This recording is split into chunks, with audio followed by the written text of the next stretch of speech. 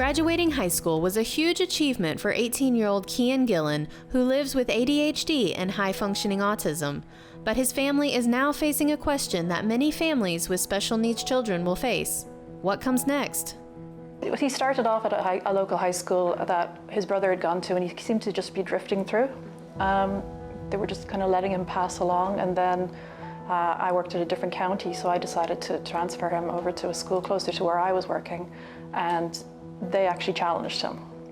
For the first time, he actually had to do the work. Pretty much all the way through K through 12, he did very well academically, and just really, particularly in high school, the last 2 years of high school, he really flourished. Usually I liked history the most. I mean, I like warships, like mostly just dreadnoughts to now. In school, Kian was often overlooked because of his quiet and reclusive nature. Although he was able to find a few subjects he was excited about, the pandemic hit and Kian retreated further back into his isolation. He is pretty easygoing, and I also think that's sometimes has been the problem in school, is where my older son would get into trouble and lash out and things like that, they had to deal with him.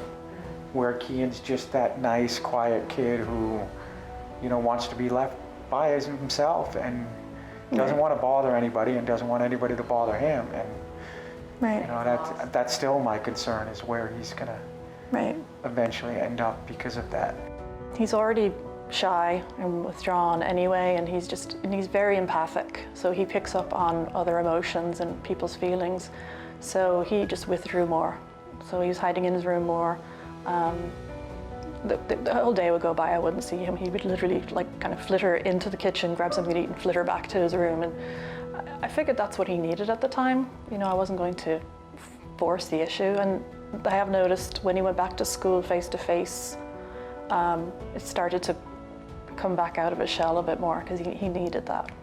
And I love having the little celebrations with him. And I love it when he comes in out of the blue. He won't have talked to me for a day, and suddenly he'll come in and he'll say something like, "Do you know Hitler was going to invade Ireland?" And I was like, I had no idea. And then he'd go off into a little monologue with me about, and I'd suddenly realize how much he'd been learning. And that whole day, when I thought he was just goofing around, he was actually reading and, really educating himself on stuff that nobody else knows. I understand how capable he is, but he just needs the extra supports to get to that level where he can do that. And I think it also reflects back onto the fact that there are people that are much less impacted than him with other just learning disabilities like dyslexia and things like that aren't getting that support as well. And it's really limiting people in their potential. The Gillins have decided to take a gap year for Kian, which involved picking up everything and moving to Maryland, to help give him more time to mature and gain some life experience. In the meantime, they plan to enroll him into online courses. I would like to have had him repeat pre-K or kindergarten, but hindsight's 20/20. So this is a good year as any for him to just take a breath and just can dip his toes in the water a little bit with some online college classes. And even though he didn't do great with online last year, everybody was just thrown in at the deep end. And we think with the program that we have him in now that he will actually, there'll be more supports and a little bit more accountability. I also think when he had to go remote, we saw that he doesn't have certain independent and executive functioning skills that he needs yet. And I think we're both still concerned what happens now, where it's so much easier these days where you can see their grades almost in real time, and you can find out why something hasn't been done or something like that. But on the next level, he doesn't get that. No, there'd be no college professors going to pick up the phone and say, hey, he missed 3 assignments or he hasn't shown up to class. And because that's what happened with our oldest. We tried him with community college, and he just died a death because of the anxiety and everything, and he stopped going to classes. So we realized that we weren't going to repeat that experience for Kian, and Kian wouldn't tell us. He just quietly would do his thing and not let us know what was going on. If the child and the student can't advocate for themselves, or they don't have self-advocacy skills yet, it doesn't matter. They're not going to get the supports. There are just certain skills that he needs to develop a little bit more and get more used to.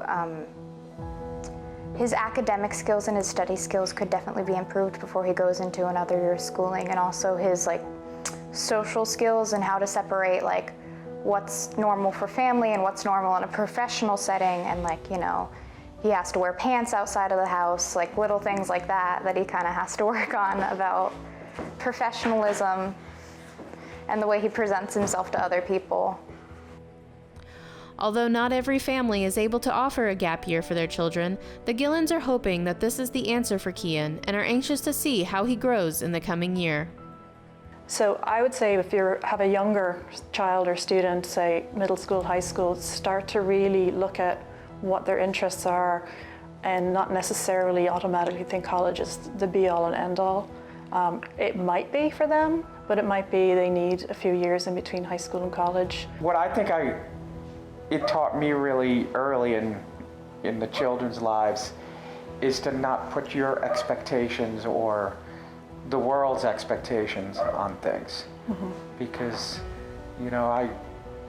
I'm into sports and athletics and things like that, and my sons could care less.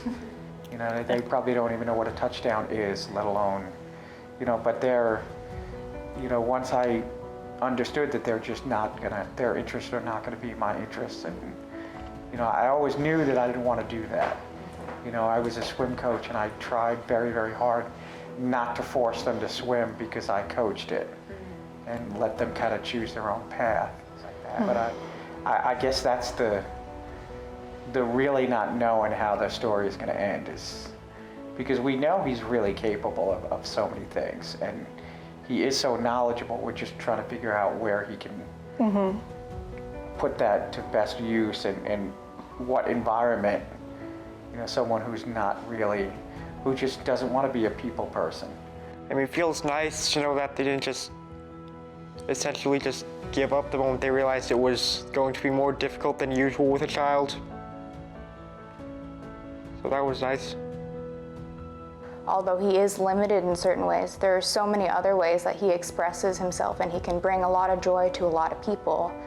That just makes me proud to understand I can be like, I knew him before he did all these amazing things that I know he's going to go on and do. For A World of Difference, I'm Cindy Peterson.